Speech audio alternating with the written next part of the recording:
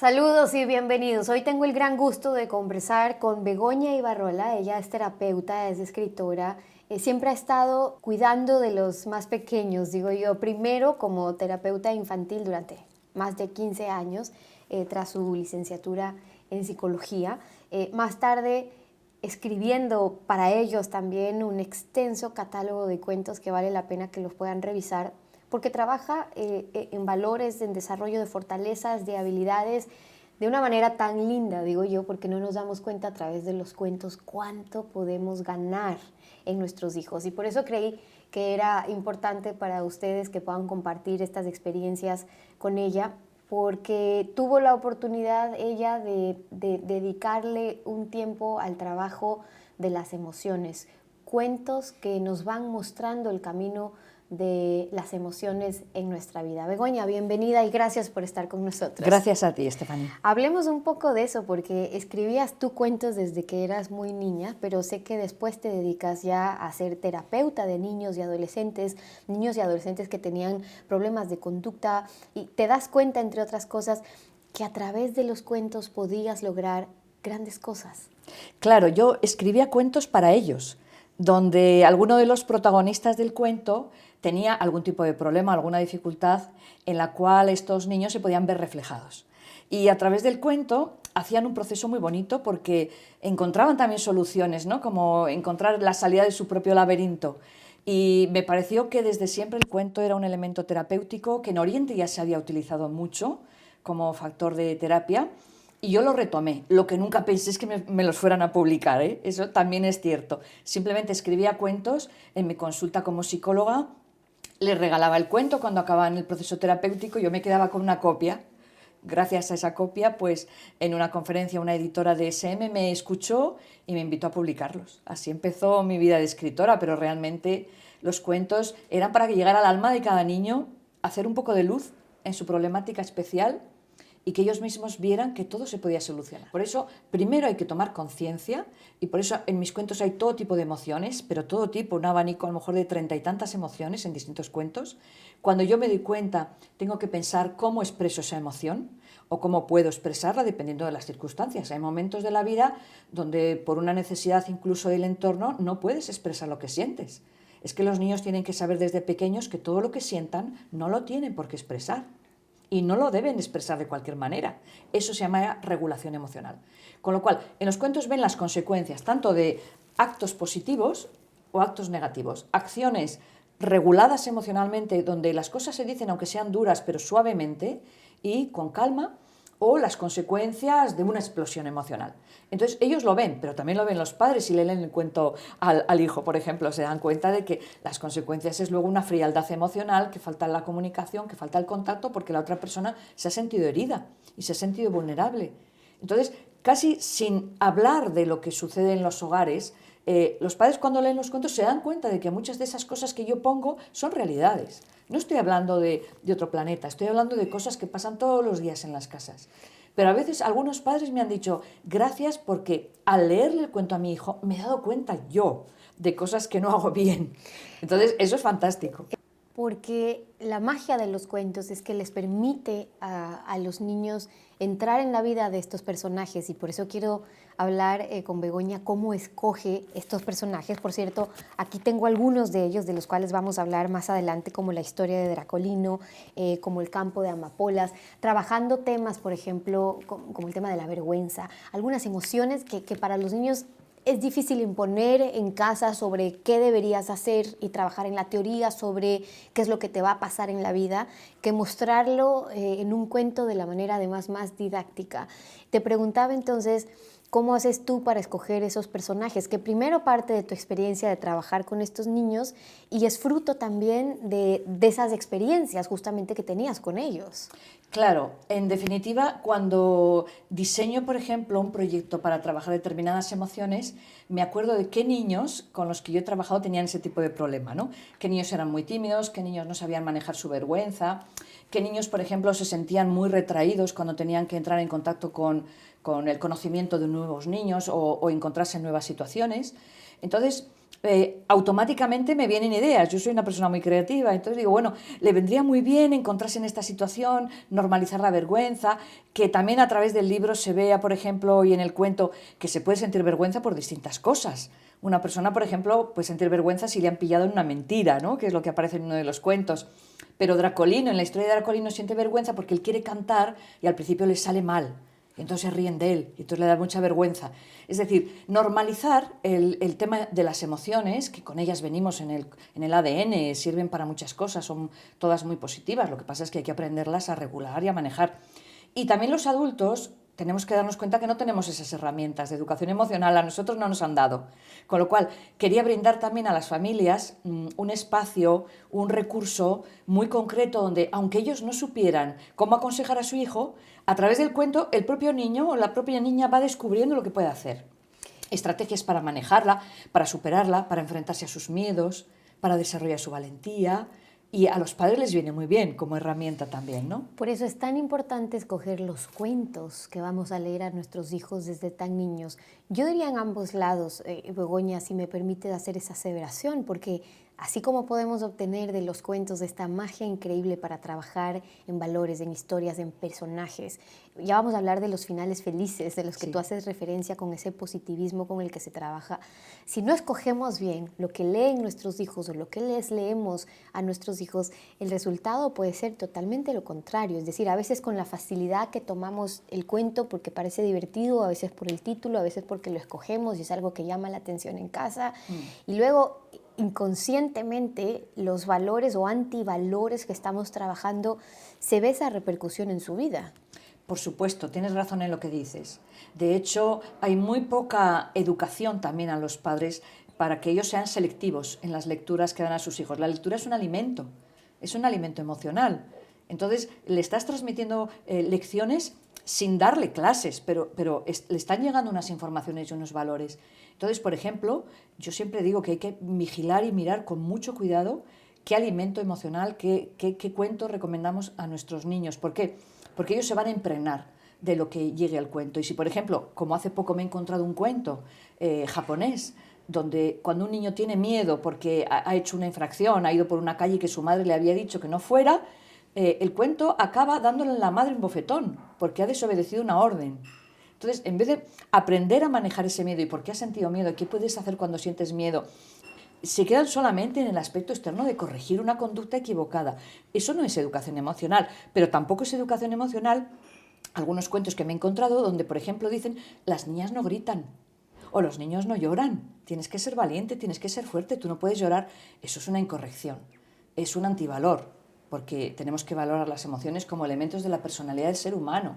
En chicos y chicas, en niños y niñas, en adultos, en ancianos, todos sentimos emociones. Normalizarlo y enseñarles qué hacer con esas emociones es un mecanismo interesante en algunos cuentos, pero otros no cumplen esta función, hay que ser vigilantes. Yo noto en algunos de tus cuentos, Begoña, y revisando algunos de las historias de los personajes, que siempre intentas dejar ese mensaje que le permite al niño desarrollar en esa capacidad de posponer de alguna manera la gratificación, de valorar el esfuerzo, de que algo no se consigue de la noche a la mañana, pero en historias, ¿no? Entonces, ¿por qué crees tú, porque noto que es una constante en algunas de tus historias, que es tan importante que los niños desde muy pequeños a través de los cuentos entiendan hoy en el mundo en el que estamos viviendo que nada se consigue o muy poco se consigue fácil y rápido y que sepan la gratificación que viene después con la recompensa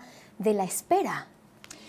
Pues mira, hago mucho hincapié en este tema porque es un déficit de la educación actual.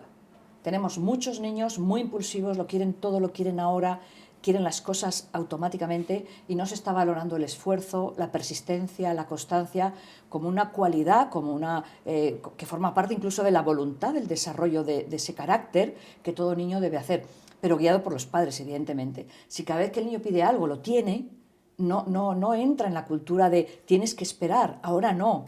Si, por ejemplo, entra una frustración, entra una rabieta, y los padres enseguida le dan lo que quieren, no le están haciendo ningún favor. Porque en la vida, incluso la naturaleza nos lo muestra. No llega el verano si no ha pasado antes el invierno y la primavera. hay que esperar a que llegue el verano. No vienen las estaciones cuando nosotros queramos. No florece una flor cuando yo quiera, sino cuando le toca. Entonces hay que enseñar y hay que educar en la calma, en la paciencia, en la tranquilidad, pero también en la constancia, que si no consigues un objetivo a la primera, vuelvas a intentarlo. ¿Cuántos niños hoy tienen muy baja tolerancia a la frustración? Si no consiguen algo que desean en ese momento, lo dejan o lo abandonan. Si no les sale bien, lo dejan, lo abandonan. No, persiste, continúa, vuelve a hacerlo, que seguramente te saldrá a la segunda o a la tercera. Educar en eso es educarles para el futuro. No es solamente para ahora, es que en la vida se van a encontrar que muchos sueños y muchos retos que quieren conseguir les van a exigir esfuerzo, tiempo, paciencia y constancia. Y son habilidades que no se improvisan. O se trabajan desde pequeños o cuando llegan a mayores, pues están enfadados con la vida, están enfadados con sus jefes, con su pareja, porque todo no es como ellos quieren. Entonces yo creo que es una debilidad que se debe convertir en fortaleza y que a través de los cuentos pueden ver los resultados tan positivos que significa esforzarse, ser constante y esperar.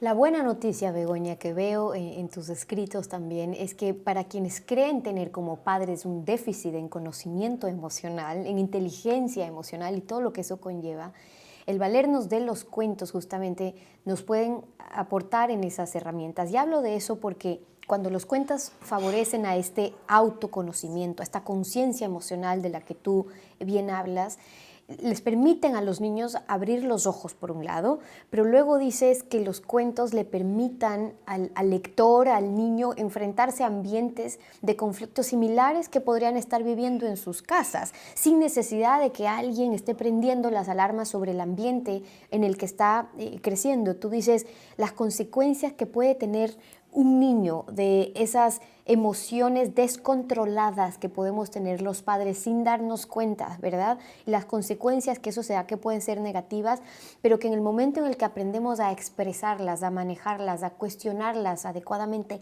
a través de los cuentos, además podemos intentar solucionar esos conflictos que se dan en casa sin darnos cuenta. Es cierto, porque las emociones, como decía, hay algunas que vienen con nosotros en el código genético, pero tenemos que aprender a expresarlas de forma adecuada. De forma adecuada significa sin hacer daño a los demás, pero tampoco sin hacerme daño a mí. Y me hago daño yo si reprimo. ¿Qué es lo que sucede? Que en nuestra sociedad, en muchas familias, queriendo muchísimo a los hijos, a veces se expresa el enfado de una forma desconsiderada o se daña, ¿no?, emocionalmente a los niños, o incluso los niños ante una rabieta, una pataleta, tienen conductas que no son adecuadas. En los cuentos yo intento reflejar las consecuencias de hacer una buena regulación emocional, es decir, de aprender a expresar las emociones de forma adecuada, tanto para los adultos como para los niños. En los cuentos míos, por ejemplo, no hay adultos súper guays que todo lo hacen bien y que todo lo hacen perfecto. No. Hay adultos de carne y hueso que en algún momento meten la pata, pero que no pasa nada porque pidan disculpas, ¿no? Porque se han enfadado y a lo mejor han levantado la voz de una forma extrema. Pero hay una cosa que has dicho que es muy importante.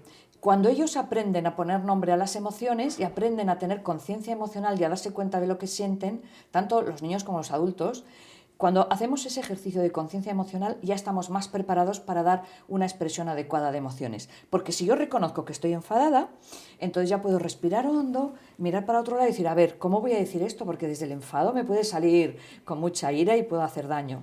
Entonces, si yo no soy consciente de lo que siento, es cuando mis comportamientos pueden ser inadecuados y hacer daño a mis hijos, o hacer daño a mi pareja, o hacer daño a las personas con las que convivo. Es que lo increíble, y por eso quería yo que conozcan ustedes a Begoña, es que no nos damos cuenta cuánto aprendemos los adultos, no se diga en la tarea de ser padres, pero en los cuentos que en verdad estamos practicando con nuestros hijos. Y en estos cuentos, Begoña, en los que tú trabajas con los niños, vemos también, y entro ahí en un punto de discusión, los finales felices, ¿no? Alguien te dirá, Begoña, pero no todos los finales son felices en la vida. También hay que preparar a los niños para la historia que termina sin un final feliz.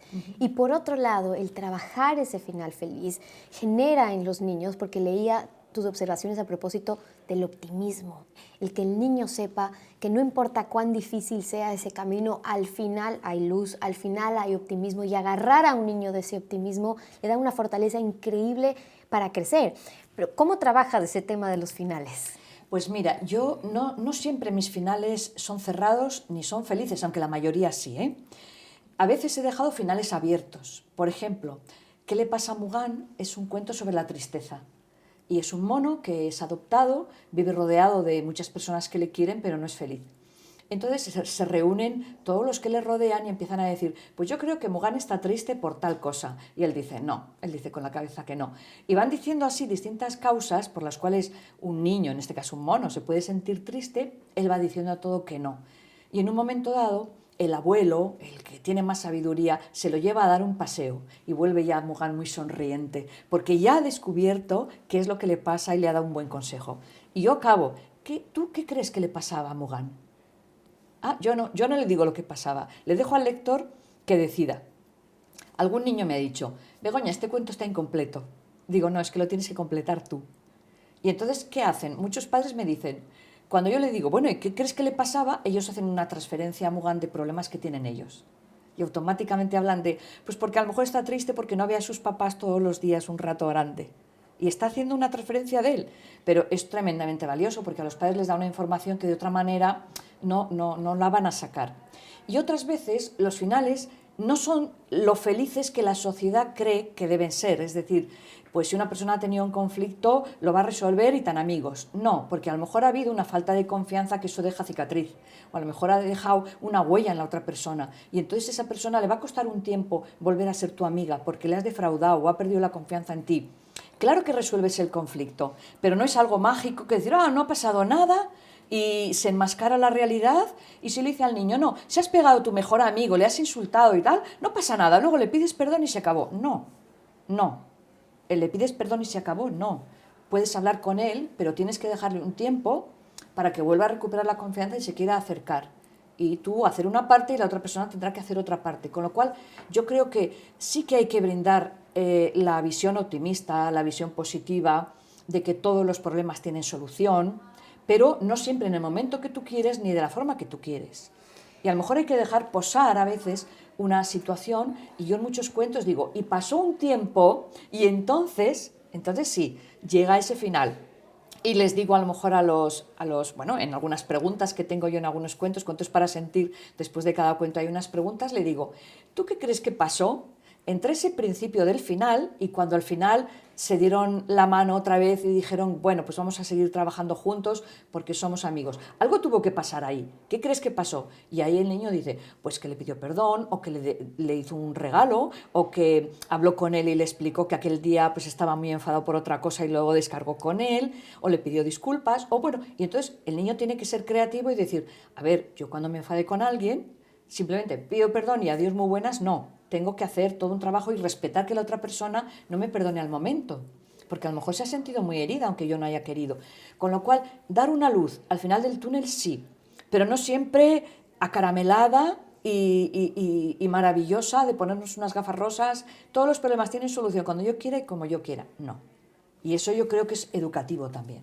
Quiero colgarme de esa frase, ese conocimiento que nos traslada Begoña, porque cuando ella dice la capacidad que tiene un niño, cuando nosotros le preguntamos, por ejemplo, ¿cómo crees tú que termina esta historia? ¿O qué crees que pasa en ese final? Aprender a conversar con los niños sobre los cuentos. Y ojo con eso, porque tenemos muchos papás que te pasará, que te dicen, Begoña, es que no sabemos, digo, desde tu área de psicología también, es que mi hijo no habla, no logro entablar una conversación con el niño. Sí, le puedo preguntar qué hizo en clase, cómo está, qué fue su amigo, si se cayó o no se cayó, preguntas básicas, pero llegar a las emociones y a los sentimientos de los niños es tarea más compleja. Y yo encuentro en los cuentos una herramienta tan valiosa que por eso vale la pena compartirla.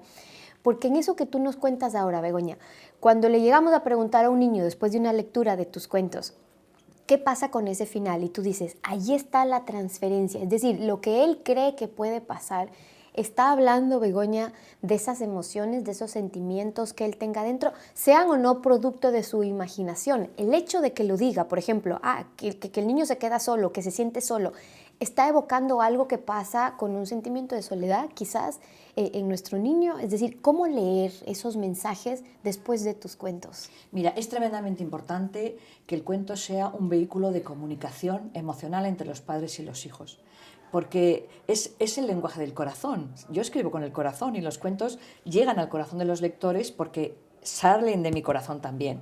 Entonces, cuando un padre, una madre, un abuelo lee un cuento a un niño, están creando un puente. Ese cuento hace de puente y el adulto puede acercarse al corazón del niño y ver lo que está pasando ahí. Cosa que si le hace un interrogatorio no va a conseguir.